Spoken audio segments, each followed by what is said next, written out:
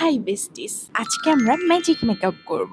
আরো শিখাবো কিভাবে ডার্ক সার্কেলকে ব্লেসিং হিসেবে ইউজ করা যায়। প্রথমে কালা জাদু করে ফেসের ডার্ক স্পট গুলো ঢেকে নিব, ঠিক যেভাবে আত্মীয় স্বজনরা কালা জাদু করে সুখ শান্তি কেড়ে নেয়। এরপর ভবিষ্যৎ উজ্জ্বল করতে চাওয়ার মতন ফেসটাকে উজ্জ্বল করে নেওয়ার জন্য একটা লাইট কনসিলার ইউজ করব। তারপর ব্রাশ দিয়ে ব্লেন্ড করে দিব। জীবনে ব্লাশ করানোর তো কেউ নেই, তাই একটা রেড ব্লাশ নিয়ে গালে অ্যাপ্লাই করে নিব।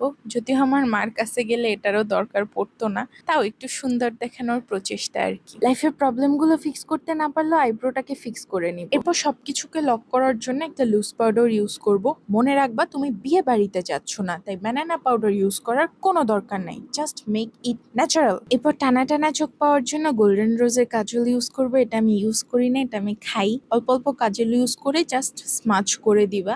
এখানেই তোমার ডার্ক সার্কেলটা ব্লেসিং হিসেবে কাজ করবে। একটা ন্যাচারাল লুকের জন্য ডার্ক সার্কেল খুবই সুন্দরভাবে ওয়ার্ক করে। এরপর হালকা একটু ব্রাউন শেড দিয়ে জাস্ট কাজলটাকে ব্লেন্ড আউট করে দিব।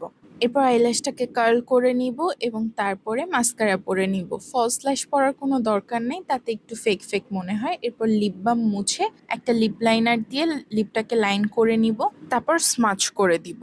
এরপরে একটা খুবই light colour lip gloss use করব। সবকিছু খুবই হালকা ইউজ করতে হবে, তাতে লুকটাকে সুন্দরভাবে ইনহ্যান্স করবে। তোমরা চাইলে ফিক্সার ইউজ করতে পারো।